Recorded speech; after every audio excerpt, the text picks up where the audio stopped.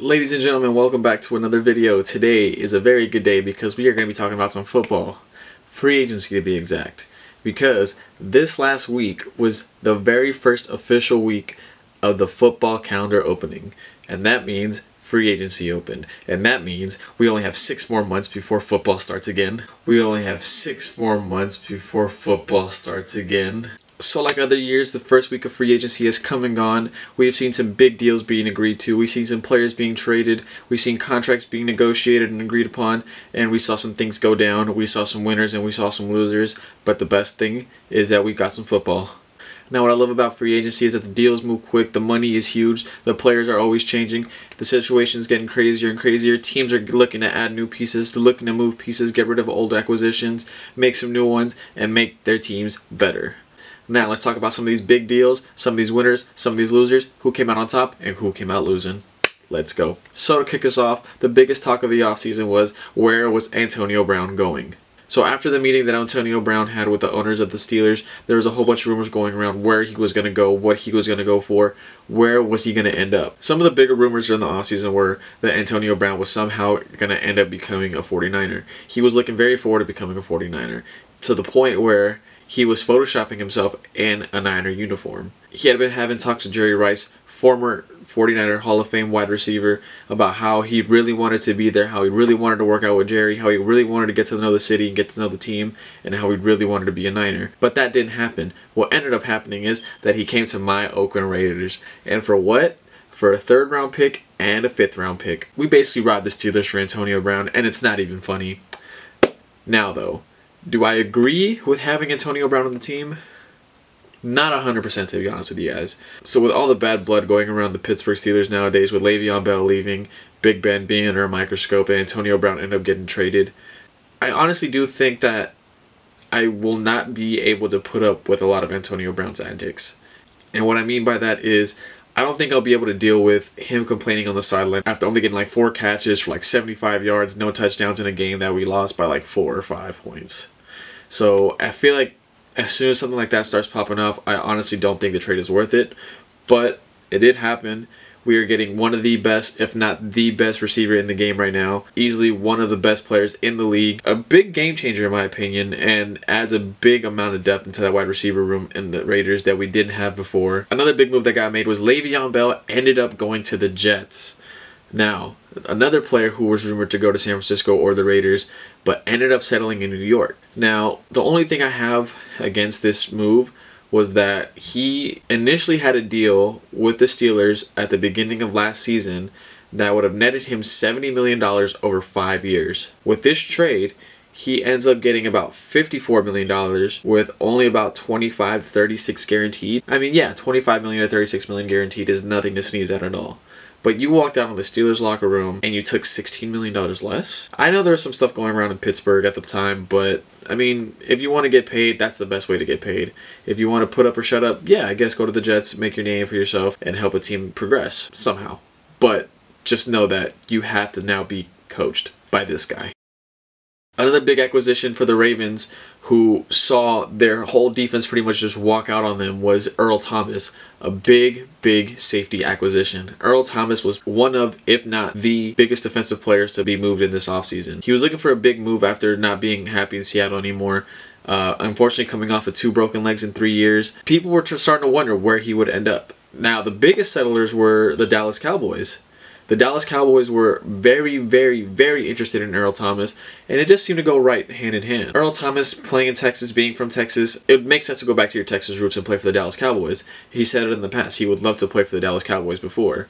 And I was kind of surprised that it didn't happen, but the Ravens got a really good safety in Earl Thomas. I hope he's really happy there. I hope his career becomes better than what it was before. I mean, he's always been one of the top safeties in the league, and I just hope he progresses upwards after those 2 broken legs. Speaking of safeties, we now have Lamarcus Joyner joining the Raiders as well. Lamarcus Joyner is joining off a 4-year, $42 million contract after leaving the Los Angeles Rams in this offseason. Now, Lamarcus Joyner makes really good sense to the Raiders right now, who are trying to rebuild that defense, trying to get better in positions, and safety was a really big concern with us. Thomas. Well, we just signed Eric Thomas back to another 2-year deal. Carl Joseph is still that guy we don't know what to do with. He's small and he's undersized, but he's a big hitter. Reggie Nelson is somebody who just really needs to move on, to be honest with you.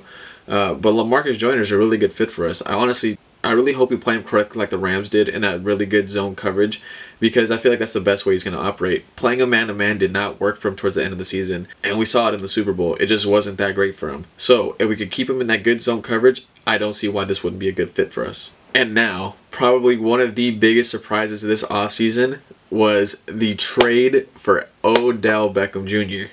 Now, OBJ is going to be going to Cleveland for a 1st round and a 3rd round pick, and Jabril Peppers is heading to New York. Now, I don't see this being a bad trade for the Cleveland Browns, who are on the rise right now. They are slowly but surely becoming America's favorite team right now. They were the lovable losers who you just want to root for and you want to see them succeed.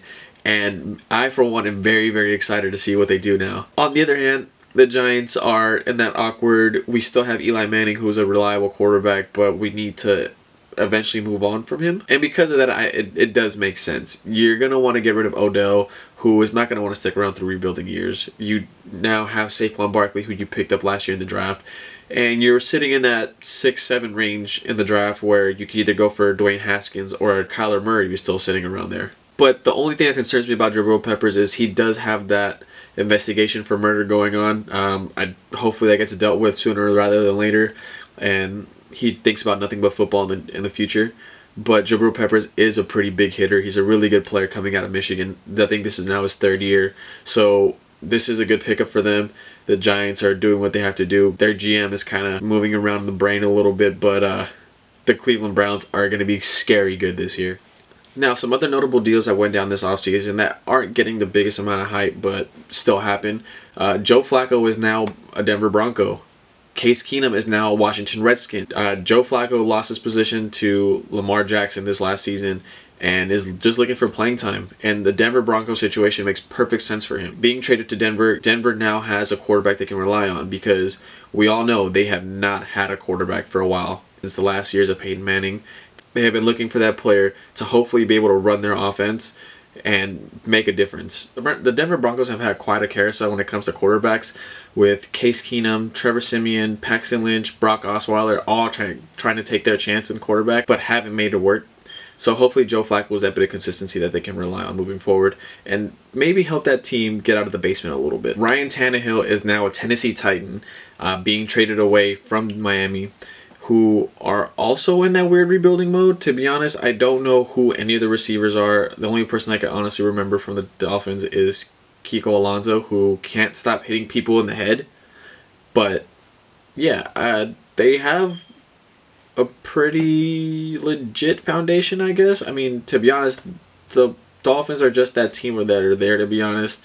Tannehill was there for a little bit and was making them a pretty relevant, giving them a good couple of 8-8 seasons, 7-9 seasons, but wasn't really doing much. But what this does say to me is, how healthy can Mariota stay?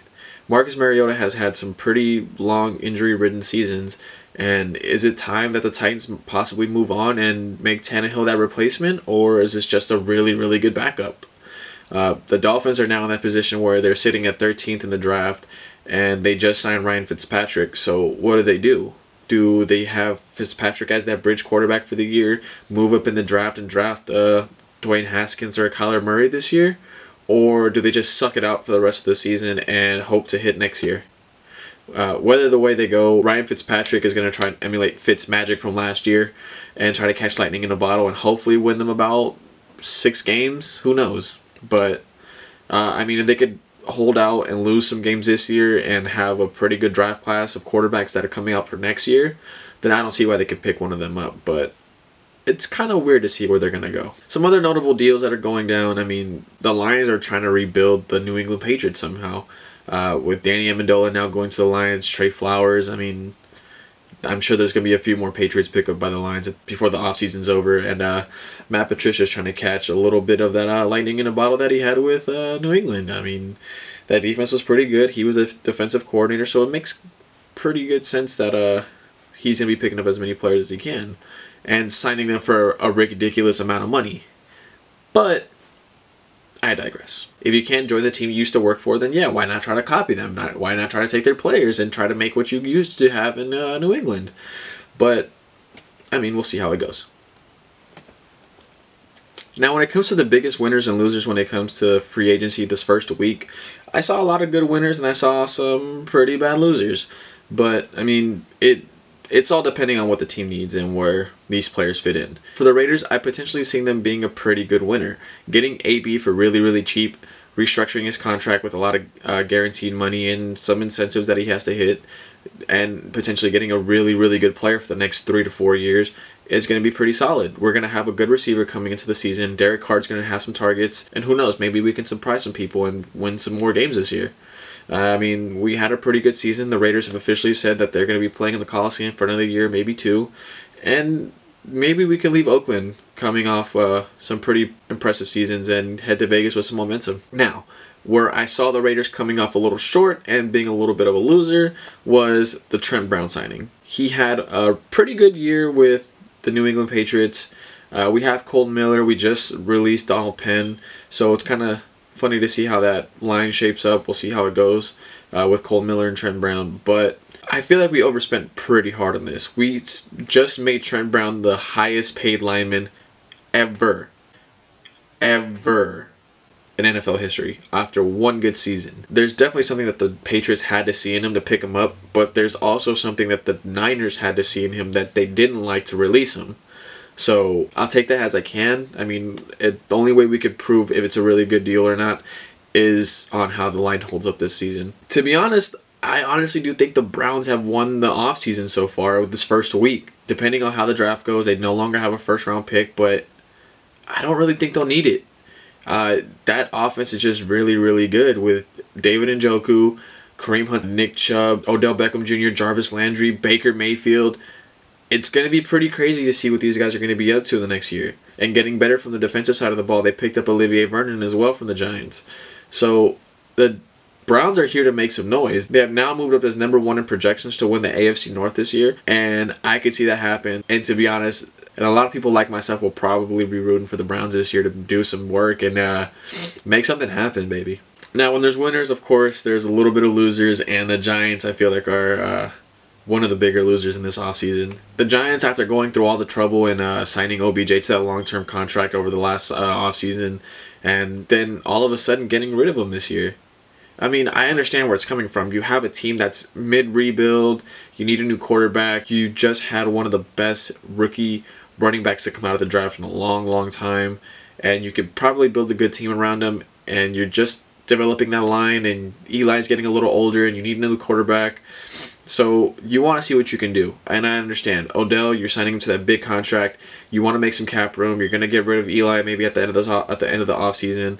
You might move some more players. You lost Landon Collins. So yeah, you're going to have some money to spend when it comes to the next year.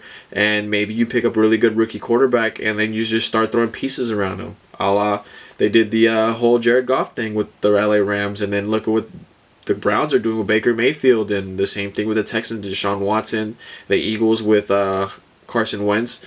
So yeah, I mean, I can see the Giants doing the same thing that everybody else is doing. So yeah, it could work for them. Well, time can only tell. But the one thing I don't understand is you signed Golden Tate to a pretty expensive contract.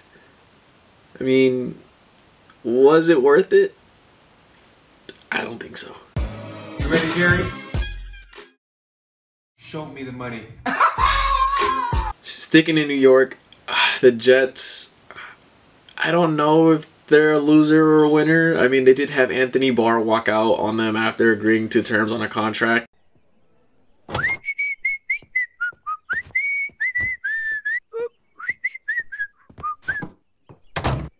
But at the same time, you did pick up CJ Mosley, who is going to be getting $81 million and 54 of that guaranteed. Show me the money!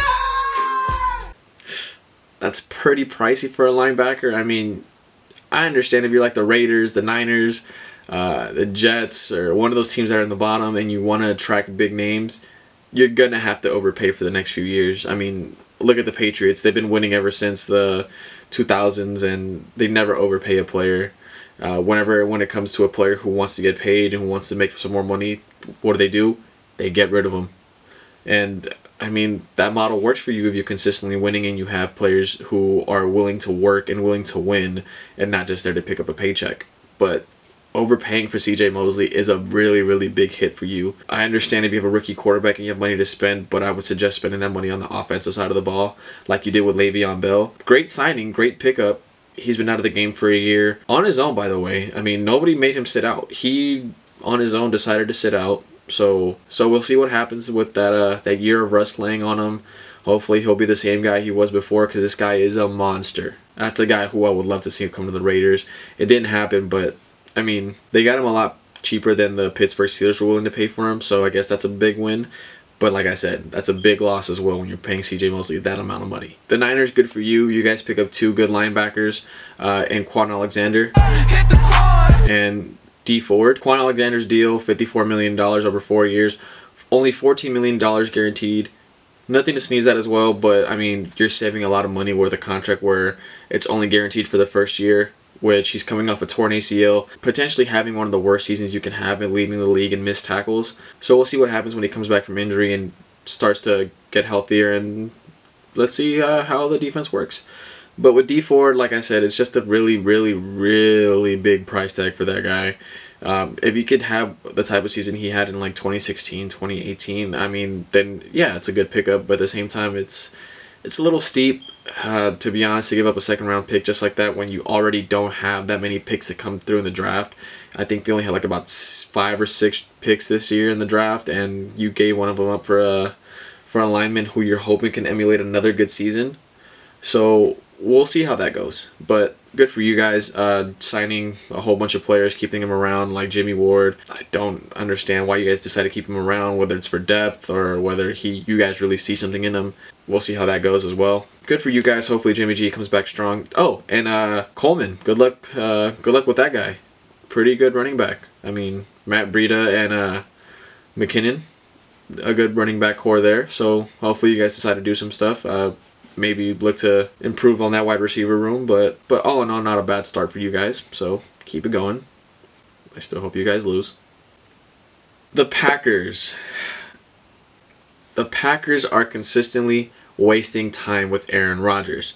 You just signed him to a really big deal last year, and you guys still refuse to build around the man. Arguably one of the best quarterbacks to ever play the game, if not the best quarterback to ever play the game. And with 1 Super Bowl to show for it, yeah, but you guys are wasting this guy's talent. His potential is slowly diminishing year by year. And yeah, he's been a little banged up here and there the last couple of years, but I mean, when he's healthy, this guy is the man. Because he's a bad man. Nothing can stop this guy when he's on his A game. And to not have pieces around him to flourish and to make this guy even better and to make this team even better is ridiculous. Honestly, one of the most wasted talents ever happened in a team. One of the most wasted talents to ever have graced the field. This guy was amazing, and the Packers are just slowly blowing it on this, to be honest with you. I don't know what they're doing. I can't say that they're doing anything great, but they consistently stay dormant. They don't make any moves. They've lost some players, to be honest. Clay Matthews walked out of the door. He's on free agent now. He's still on the market. Clinton Dix is out of the door. He is now in Chicago, that's a really good pickup for them, to be honest. They have a really good defense. This just shores it up even more, but to be the Packers and to see the teams around you, the Lions, the Bears, the Vikings, who are consistently getting better, but you guys are consistently doing nothing, is pretty sad. And you guys are kind of blowing it there. So do better, put some pieces around this guy, and win some games. Now, to the last winner or loser, the Ravens, pretty balanced offseason. You lose guys like Terrell Suggs, Joe Flacco, CJ Mosley, Eric Weddle, who went to the Rams. T. Suggs, congratulations on landing in Arizona. Good for you. CJ Mosley decided to take some money to New York. But can you guys piggyback off that playoff run you guys had last year? I don't know. I don't think so, to be honest. I don't think they've done enough just yet. There are some pieces out there still to be claimed. So we'll see what happens. But you guys lost a lot of players. Haven't really made up for that yet, but the season is young. Now, when it comes to off season, it comes to free agency, the first week is where the big name players go, like the big names, like the Antonio Browns, the Le'Veon Bells, the Eric Weddles, there's a whole bunch of players out there who went the first couple days, the first week, and made the big money. Now, so when the big name players start to go and the teams start to form a shape and they start to figure out what they're going to do, you get those players who aren't week one material, but at the same time still are worth to be on a team, like the Clay Matthews and Dominic Sues, Ziggy Ansahs, the Jared Cooks. Those guys deserve to be on teams, but what's the price? How long? How much? And I understand all those guys are in their age 30, 31, 32 season, so yeah, they're a little older, they're a little up there, but that just means you could probably get them for cheap. And a guy like Dominic Sues, Ziggy Ansah, Clay Matthews can do some really good work for you on the defensive side of the ball. Jared Cook, a good security blanket for the Raiders for us the last couple seasons. This guy was making so many amazing plays, and it was just amazing. It was just fun to watch him there. He was just a good player for us. Whoever he decides to sign, hopefully with the Raiders, if it's the Saints or wherever it is, I mean, good for him. But a lot of these players who are unsigned yet, I don't doubt will be signed by the end of the offseason, maybe even before the draft. I could see them all going for pretty cheap, and hopefully to some teams that deserve it. I just hope that, like a Clay Matthews, who I feel like still has some gas left in the tank, same thing with the Ziggy Ansah, aren't just going to teams like the Dolphins or the Redskins or somewhere else that, you know, some teams that are going to be finishing in the basement. You don't want to see them waste their talents there. You want to see them with the Texans, with the Jaguars, who just picked up Nick Foles and are looking to do some great things and just finally got rid of Blake Bortles. You want to see on teams like that who are willing to compete, who are willing to put in the effort to make a playoff push, the wild card spots, or even make a really deep playoff run. You want to see players like that excel because they're really good players. So we'll see how the cards fall. The draft is right around the corner, but for now, the free agency market is what it is. I didn't expect it to go any different. Big money has been spent. Big name players are in their new locations and getting comfortable. So we'll see how it goes for the next couple weeks. The draft will be coming sooner than we know it, and that's when we really get excited for the season. So guys, thank you again for watching. I am the Concerned Sports Fan. My name is Miguel. I will be leaving links on the description for my Instagram, my Twitter, my email. If you guys have any questions or concerns, don't forget to follow, don't forget to like, don't forget to comment, and don't forget to subscribe. Thank you guys again for watching, and I'm out.